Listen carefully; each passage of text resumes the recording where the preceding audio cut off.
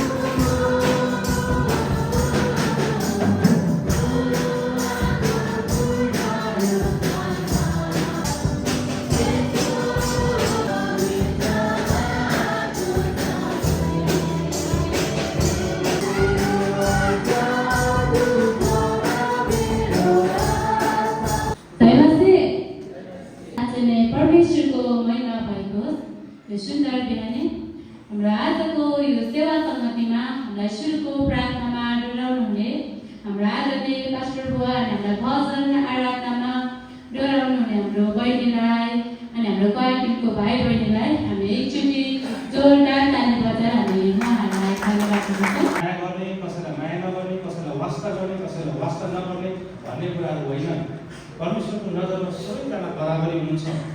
मुख्य कुरा आज तपाईँको बिचमा मैले सेयर गर्न चाहेको कुरा चाहिँ जहाँ एकतामा मिलेर कामहरू हुन्छ त्यहाँ परमेश्वरले आशिष दिनुहुन्छ। तपाईँले आफ्नो व्यक्तिगत घरमा हेर्नुभयो भने पनि, समाजमा हेर्नुभयो भने पनि जुन घर समाज चाहिँ एकतामा छ त्यहाँको समाजहरू पनि विकास भएका हुन्छन्, त्यहाँका घरहरू पनि होइन विकास भएको हुन्छ, उन्नति प्रगतिहरू भएका हुन्छन्, त्यो परिवारमा पनि आशिष भएको हुन्छ।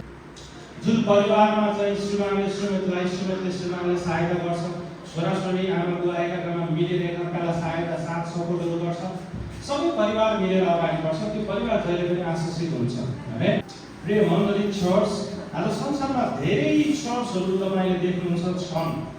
कतै ठुलो भवनहरू छ, कतै धेरै सदस्यहरू छन्, कतै उत्कृष्ट सङ्गति हुन्छ, कतै राम्रो व्यवस्थापनहरू छ।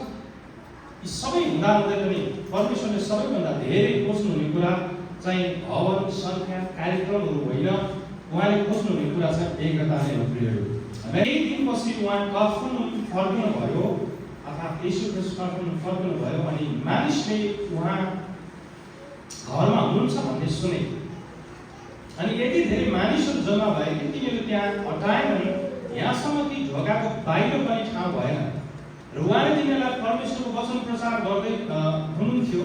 अनि 4 जनाले बोकेको एकजना पक्षघातीलाई लिएर मानिसहरू उहाँका आए। भिडको कारण येशूको नजिक त्यस मानिसलाई पुर्याउन नसक्दा तिनीहरूले उहाँ हुनुभएको ठाउँको माथिको छाना खोले र उघारेको ठाउँबाट पक्षघातीलाई सुतीको खाटसँग तल ओह्रालिदिए। येशूले तिनीहरूको विश्वास देखेर त्यस पक्षघातीलाई भन्नुभयो, ए छोरा, तिम्रा पापहरू क्षमा भए। तर त्यहाँ केही शास्त्रीहरू बसिरहेका थिए र आफ्नो मनमा यसो भनेर विचार गरिरहेका थिए, यस मानिसले किन यसरी बोल्दैछ, यो त ईश्वर निन्दा हो, केवल एक अर्थात् परमेश्वरले बाहेक अरू कसले पाप क्षमा गर्न सक्नुहुन्छ अर्थात् गर्न सक्छ। किन तिमीहरू आफ्नो मनमा यस्तो विचार गर्दछौ? पक्षघातीलाई तिम्रो पापहरू क्षमा भयो भन्नु कि उठ तिम्रो खाट उठाएर हिँड्नु भन्नु कुन चाहिँ सजिलो छ? तर मानिसको पुत्रलाई पृथ्वीमा पाप क्षमा गर्ने अधिकार छ भने तिमीले जान। तब उहाँले त्यस पक्षघातीलाई भन्नुभयो, म तिमीलाई भन्दछु, उठ तिम्रो खाट उठाऊ र घर जाऊ। त्यो उठ्यो र तुरुन्तै खाट उठाएर सबैको सामुन्नेबाट गइहाल्यो। यहाँसम्म कि सबैजना आश्चर्यचकित भए र हामीले यस्तो त कहिले देखेका छैनौँ भन्दै तिनीहरूले परमेश्वरको महिमा गरे। आमेन। पहिलो कुरा, 4 जना साथीहरू एकताको यहाँ एउटा जीवित चित्र तपाईँले देख्न पाउनुहुन्छ। विशेष गरी 2:3लाई हेर्छौँ, मत्तुस 2:3लाई हेर्छौँ भने लेखेको छ, 4 जनाले बोकेको एकजना पक्षघातीले लिएर अरू उहाँका आए भनेको छ। ती 4 जनाले 4 रोटी मैले बोकेका थिए।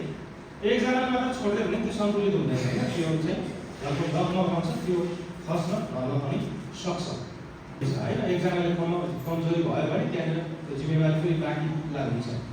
चर्चमा पनि कहिलेकाहीँ हामीले यो कुरा याद गर्नुपर्छ, कोही आत्मिक रूपमा कमजोर हुन्छ, कोही निराश भएको हुन्छ, कोही आर्थिक समस्यामा हुन्छ, कोही बिरामी हुन्छ, कोही पापसँग समस्या गरिराखेको हुन्छ। त्यस्तो मानिसलाई दोष दिने होइन, बोक्ने जिम्मेवारी चाहिँ चर्चले गर्नुपर्छ। यो हामीले बुझ्नुपर्छ है। धेरैवटा चर्चमा चाहिँ यो कुराहरू हुन्छ। एकता नहुनुको कारण के हो भन्दाखेरि एकले अर्कालाई अनुहार ठड्याउने, परमेश्वरमा सबै कुराहरू सम्भव छ, असम्भव भन्ने कुरा केही पनि छैन। हामी धेरैचोटि आफै धर्मी, आफै चर्च होइन, त्यहाँनिर हामी बढ्ने कोसिसहरू गर्छौँ। तर हामीले एउटा बुझ्नुपर्छ, हामी एकतामा अगाडि बढ्नुपर्छ। एकको समस्याको निम्ति हामी अर्को खडा हुन सिक्नुपर्छ। एकको कमजोरीमा त्यहाँनिर अर्को व्यक्ति उभिन सिक्नुपर्छ।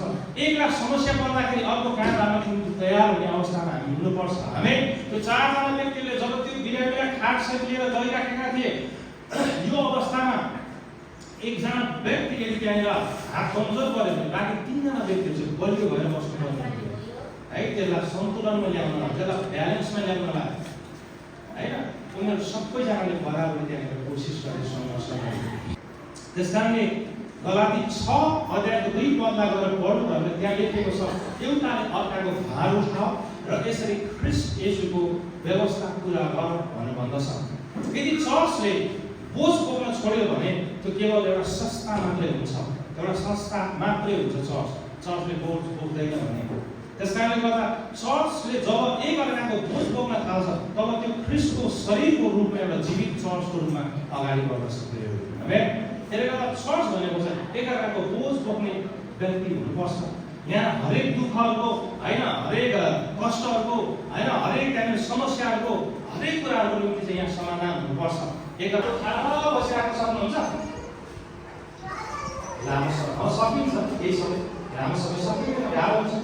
अनि जब हात त्यहाँ थाक्थ्यो, हात तल झर्थ्यो, फेरि यता गाडी होला, फेरि अमालिलो हुन्छ। जितीको हातमा मैले क्षमा गर्ने, मैले किन क्षमा गर्नु पर्यो, ऊभन्दा म ठुलो, उसले क्षमा मान्छेलाई म क्षमा गर्दिनँ भन्ने कार्यक्रम त्यो खालको मनहरू हेर्छौँ र आफ्नो धेरै हात साथी राखौँ र हामी आफूले आफूलाई एउटा सोधौँ, म 4 जना साथीमध्ये एक हुँ कि भिडको दर्शक हुँ?